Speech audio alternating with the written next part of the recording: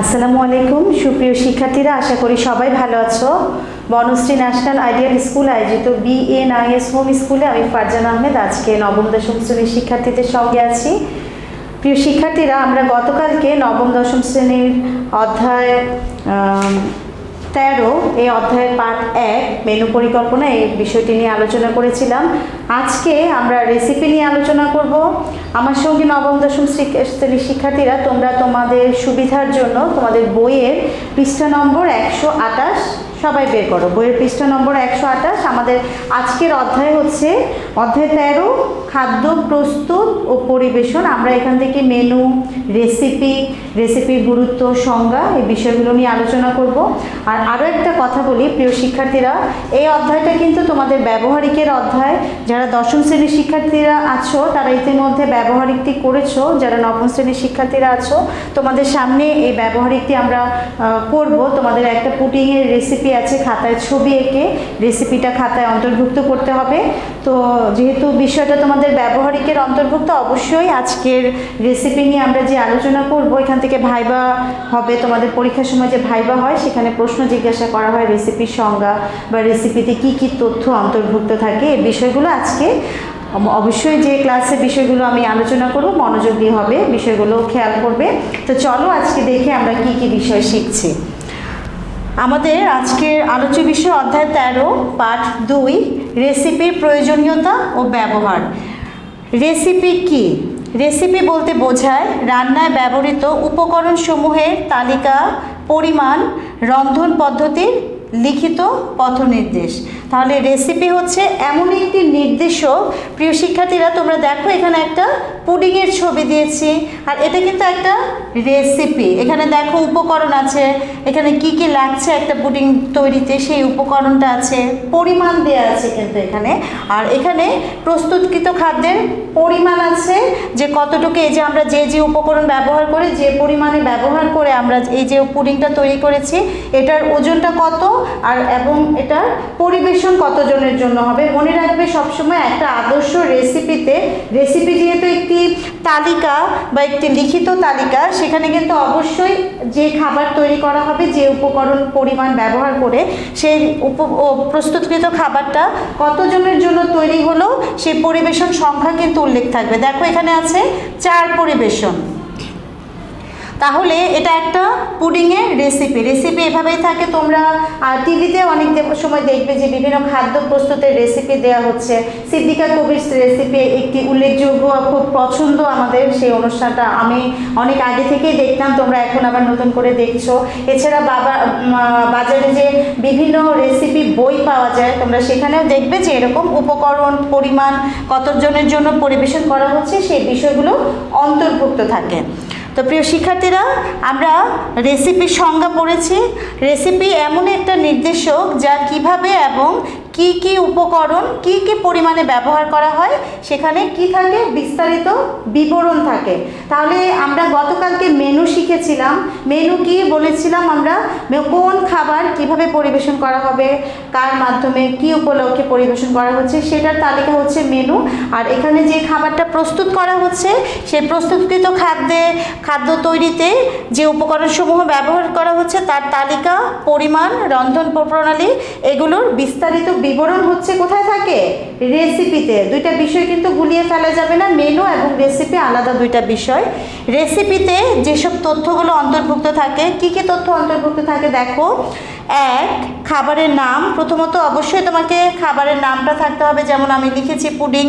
খাবারের নাম থাকবে, উপকরণের পরিমাণ থাকবে, রান্নার ধারাবাহিক ধাপসমূহ থাকবে। একটি আদর্শ রেসিপিতে কিভাবে রান্না করা হবে, কোন ধাপের পরে কোন ধাপ সেটা অবশ্যই উল্লেখ থাকবে, সময়টার উল্লেখ থাকবে, পরিবেশনের ধরন, সেটা কিভাবে পরিবেশন করতে হবে, গরম, ঠান্ডা, তরল অবস্থায় নাকি কিভাবে সার্ভ করতে হবে সেটাও লিখিত থাকে। ব্যবহৃত উপকরণের নাম থাকবে, তাপমাত্রা, সেটা কি ফ্রিজে রাখতে হবে বা নর্মাল তাপমাত্রায় থাকবে নাকি ঠান্ডা অবস্থায় উপস্থাপন করতে হবে, সেই তথ্যগুলো কিন্তু রেসিপিতে উল্লেখ থাকবে। আর সবশেষে অবশ্যই একটি আদর্শ রেসিপিতে কি পরিবেশন সংখ্যা থাকবে। তো প্রিয় শিক্ষার্থীরা, এই যে আমরা রেসিপি সংজ্ঞাটা শিখলাম, তোমাদের ব্যবহারিকের গুরুত্বপূর্ণ একটা প্রশ্ন কিন্তু ভাইভাতে প্রায় জিজ্ঞাসা করে যে রেসিপি কি, মেনু কি, রেসিপির বিবেচ্য বিষয়গুলো কি। মনে রাখবেন রেসিপির ব্যবহার, রেসিপির সঠিক ব্যবহারের ফলে কি হয়, আমরা যে কোনো খাবার কেউ কিন্তু এই যে উপকরণ, পরিমাণ, প্রস্তুত প্রণালী, এখানে আমি পুরো প্রস্তুত প্রণালীটা লিখিনি, এটা আরও বাকি আছে, আমরা বই থেকে পড়বো, এটা একটা নমুনা দিয়েছি তোমাদের।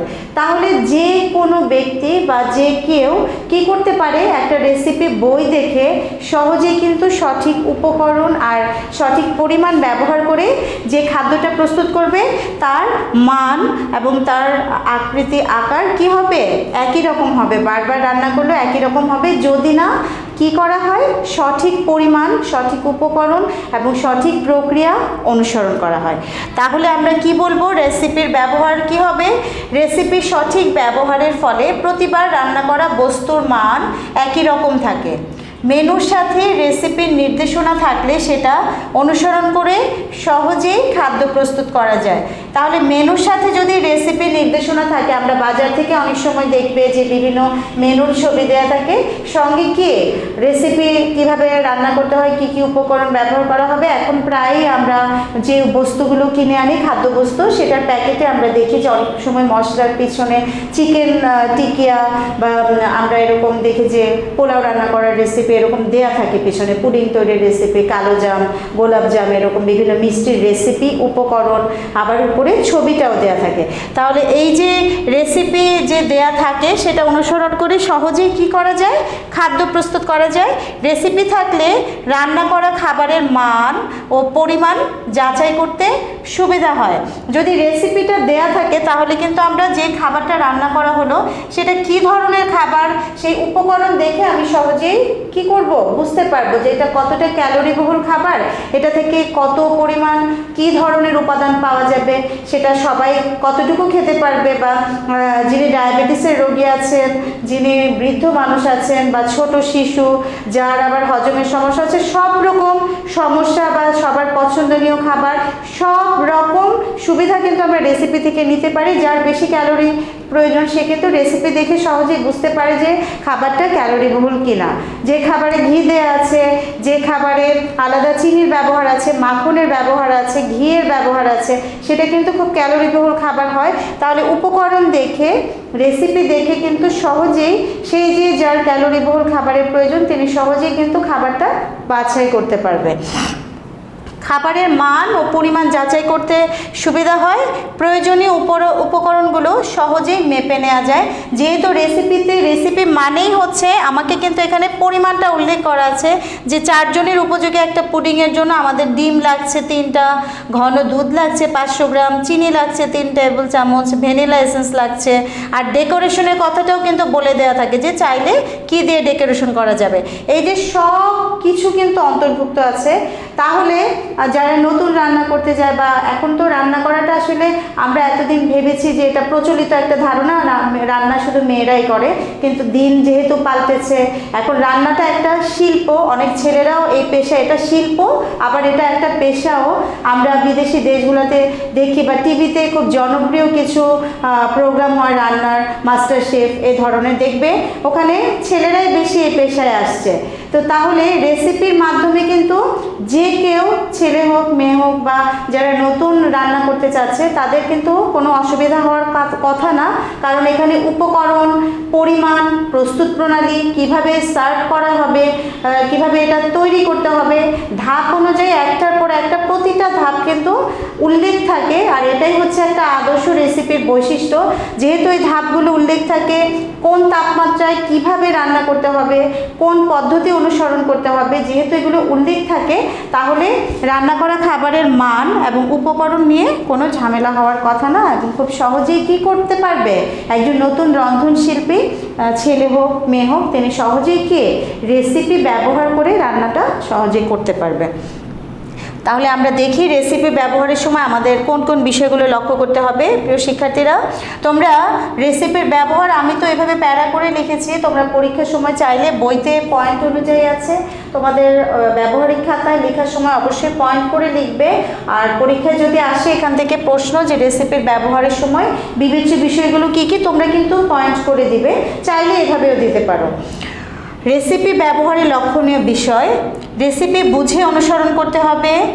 রেসিপিতে উল্লিখিত পরিমাণ মতো উপকরণগুলো অবশ্যই সেই উপকরণে ব্যবহার করতে হবে। রেসিপিতে লেখা কৌশল বা যে নির্দেশনা আছে সেটা অনুসরণ করতে হবে। পরিবেশনের নির্দেশনা অনুসরণ করতে হবে। নির্দেশিত রন্ধন পদ্ধতি অনুসরণ করতে হবে। উপকরণসমূহের সঠিক ও যথাযথ ব্যবহার করতে হবে। প্রিয় শিক্ষার্থীরা, রেসিপি বুঝে অনুসরণ করতে হবে মানে কি? রেসিপিতে যে যে উপকরণের কথা বলা হয়েছে, যেমন মাইক্রোওয়েভ ওভেন দিয়ে যে খাবারটা রান্না করা হবে, সেখানে ওভেন ব্যবহারের কিছু নিয়ম আছে। আমাদেরকে যখন আমরা ওভেন ব্যবহারের মাধ্যমে সেই খাবারটা তৈরি করব, অবশ্যই আগে ওভেনের ব্যবহারটা জানতে হবে। তারপর যে মশলাগুলোর নাম দেওয়া থাকে, অনেক সময় বিভিন্ন সস বা অনেক সময় বিভিন্ন ধরনের ভিনেগার এরকম নাম উল্লেখ করা থাকে। কেউ যদি সেটা না জেনে কিন্তু ব্যবহার করা যাবে না। অবশ্যই বুঝে অনুসরণ করতে হবে, জেনে নিয়ে। উল্লিখিত পরিমাণ মতো উপকরণের ব্যবহার আদর্শ রেসিপির বৈশিষ্ট্য। আমরা যে কোনো খাবার রান্না করার পূর্বে রেসিপিতে যে পরিমাণের উল্লেখ করা থাকে সেই পরিমাণটা আমাদেরকে অবশ্যই লক্ষ্য করতে হবে। পরিবেশনের নির্দেশনা অনুসরণ করতে হবে। যেভাবে পরিবেশন করতে বলা হয়েছে, গরম, ঠান্ডা, তরল, ঘন বা যে অবস্থায় অথবা যে কয়জনের উপযোগী হিসেবে পরিবেশন করতে বলা হয়েছে, আমরা যদি সেটা অনুসরণ করি তাহলে বিষয়টা খুব সুন্দর হয়। সেটা সহজেই পরিমাণটা ঠিক করে কোনো চিন্তা করতে হয় না। যে বিষয়টা উল্লেখ করা থাকে যে এই কয়জনের জন্য পরিবেশন বা এই প্রক্রিয়ায় পরিবেশন, অথবা যে আমাদের যেভাবে কিভাবে পরিমাণ তাপমাত্রার কথা বলা হয়ে থাকে, পরিবেশনের যে ধরনটা বলা হয়ে থাকে, সেভাবে কিন্তু আমাদেরকে কি করতে হবে? অনুসরণ করতে হবে। উপকরণসমূহের সঠিক ও যথাযথ ব্যবহার করে নির্দেশিত রন্ধন পদ্ধতি, সেটা যেরকম তেলের ব্যবহার বা যে উপকরণের আমরা বিভিন্ন ওভেনে নাকি চুলায় যে তাপমাত্রা, যে রন্ধন পদ্ধতির যে নির্দেশনা থাকে, সেটা কিন্তু অনুসরণ করে যদি রান্না করা যায়, রেসিপির বৈশিষ্ট্যটা একদম যদি ঠিকভাবে আমরা অনুসরণ করে রান্না করতে পারি, খাবারের মান, খাবারের গুণগত আকৃতি বা গুণগত যে পরিমাণটা দেওয়া থাকে, উপাদান যেগুলো পাওয়ার কথা, সব কিছু কিন্তু ঠিক থাকবে। তো প্রিয় শিক্ষার্থীরা, আদর্শ রেসিপিতে অবশ্যই মনে রাখতে হবে, এটা তোমাদের একটা প্রশ্ন আসে নৈর্ভিত্তিক, আদর্শ রেসিপিতে পরিবেশন সংখ্যা উল্লেখ থাকে, এটাই প্রশ্ন আসে, কিন্তু মনে রাখবে এটা। রেসিপি বুঝতে হলে খাদ্যের মাপ, ওজন, রান্নার সরঞ্জাম, কৌশল ও পদ্ধতি, উপকরণ ও মশলা এবং বিনিময় বা বিকল্প খাদ্য, এটা খুব গুরুত্বপূর্ণ একটা বিষয়। বিনিময় বা বিকল্প খাদ্য, হয়তো কেউ রান্না করতে যে ভিনেগারের ব্যবহার করতে হবে, রেসিপিতে দেওয়া আছে, তো ভিনেগার অনেক সময় হাতের কাছে না পাওয়া গেলে ভিনেগারের বিকল্প হিসেবে আমরা কি ব্যবহার করতে পারি? লেবুর রস ব্যবহার করা যায়, টক দই ব্যবহার করা যায়, বাসায় যদি সয়া সস থাকে সেটা কিছুটা হলেও ব্যবহার করা যায়। এই যে বিষয়গুলো, হাতের কাছে সবসময় রেসিপির জিনিস থাকবে তা না, কিন্তু আমাদের অনেক সময় প্রয়োজনে খাবার রান্না করতে হয়। তাহলে রেসিপিতে উল্লেখিত যে উপাদানটা, সেটা যদি না থাকে, তার বিকল্প কি ব্যবহার করা যায় সেটা কিন্তু অবশ্যই ব্যবহারকারীকে জানতে হবে। জানলে তাহলে তার জন্য প্রক্রিয়া অনুসরণ করাটা সহজ হবে। তাহলে এই যে বিষয়গুলো, আর অবশ্যই আমাদেরকে প্রাথমিক জ্ঞান অর্জন করতে হবে কি নিয়ে? আমি কোন সরঞ্জাম, রান্নার সরঞ্জাম, কৌশল, পদ্ধতি, উপকরণ, মশলাগুলো সম্পর্কে বা কি সরঞ্জামের, এগুলো জেনে প্রাথমিক একটু জ্ঞান থাকলে সহজেই রেসিপি ব্যবহার করে একজন ব্যক্তি কী করতে পারে? যে কোনো একটি খাদ্য সহজে প্রস্তুত করতে পারে। তো প্রিয় শিক্ষার্থীরা, আজকে আমরা রেসিপিতে কি কি জিনিস শিখেছি আমাদের আজকের ক্লাসে দেখো আরেকবার। আমরা আজকে রেসিপির সংজ্ঞা শিখেছি, রেসিপিতে অন্তর্ভুক্ত কি কি তথ্য থাকে এই তথ্যগুলো সম্পর্কে জেনেছি। আমরা রেসিপির ব্যবহার জেনেছি, রেসিপির ব্যবহারের লক্ষণীয় যে বিষয়, সেই বিষয়গুলো সম্পর্কেও কিন্তু আমরা জেনেছি আজকে। এটা গুরুত্বপূর্ণ একটা ক্লাস, তোমাদের গুরুত্বপূর্ণ একটা টপিক, আমি তো আলোচনা করেছি, তোমরা বিস্তারিত কিন্তু অবশ্যই বই থেকে পড়বে। আর আবারও বলছি, এটি কিন্তু তোমাদের ব্যবহারিকেরও একটি অধ্যায়। ব্যবহারিকে যেহেতু আমাদের 25 নাম্বার আছে, আর যারা বোর্ড পরীক্ষা দিবে, খাতায় অবশ্যই তোমরা পুডিংয়ের যে ছবিটা উপস্থাপন করো, সেটা যারা এঁকে দিবে সেটা যেন কালারফুল হয়, অথবা প্রিন্ট করে কিন্তু আমরা সেটা সেটা আটকে দিয়েছি বিগত বছরগুলোতে। তো সেটা যেন অবশ্যই দৃষ্টিগোচর হয়, বড় করে আঁকবে, যেন খুব সুন্দর হয়, কালারফুল হয়, সেটা অবশ্যই খেয়াল করবে। আর আমাদের ব্যবহারিক খাতাটা একটা গুরুত্বপূর্ণ বিষয়, যারা বোর্ড পরীক্ষা দিবে তাদের জন্য। তোমাকে কিন্তু এটা তোমার একটা প্রতিনিধি হিসেবে কাজ করে যে তুমি কেমন। প্রতিটা আমাদের কাজ কিন্তু আমাদের ব্যক্তিত্বকে ফুটিয়ে তোলে, তাই না প্রিয় শিক্ষার্থীরা? আমাদের কাজগুলো যেন সুন্দর হয়, আমরা কিন্তু এটা অবশ্যই মাথায় রাখবো। আজকের বাড়ির কাজটা লিখে নাও, তোমাদের ডায়েরি বের করো সবাই। আজকের বাড়ির কাজ হচ্ছে রেসিপি কি, খাদ্য প্রস্তুতকরণে রেসিপির গুরুত্ব ব্যাখ্যা করো। প্রিয় শিক্ষার্থীরা আবারও বলছি, রেসিপি কি, খাদ্য প্রস্তুতকরণে রেসিপির গুরুত্ব ব্যাখ্যা করো। আশা করি উত্তরটা আজকে আমি ক্লাসে আলোচনা করেছি, এখান থেকে তো পাবেই। আর বিস্তারিত অবশ্যই বই থেকে একটু পড়বে, এখান থেকে যেহেতু জ্ঞানমূলক প্রশ্ন আর নৈর্ব্যক্তিক প্রশ্ন আসে। আর কোনো রকম অসুবিধা হলে মিসের ফোন নাম্বার তো আছে এখানে, আমাকে ফোন করবে যে কোনো বিষয় জানার জন্য। তো আজকে এ পর্যন্তই প্রিয় শিক্ষার্থীরা, ভালো থাকবে, আশা করি নিরাপদে থাকবে। আর আমরা প্রতিদিনই আসলে কিছু না কিছু শিখছি, শেখাটা যেন আমরা আমাদের ব্যক্তিগত জীবনে কাজে লাগাতে পারি, তাহলে আমাদের চলার পথটা আরও সহজ হয়। আর আমরা সবাই ভালো থাকবো, ভালো মানুষ হিসেবে নিজেকে গড়ে তোলার চেষ্টা করব। সবার প্রতি অসংখ্য শুভকামনা রইল, ভালো থেকো সবাই, আল্লাহ হাফেজ।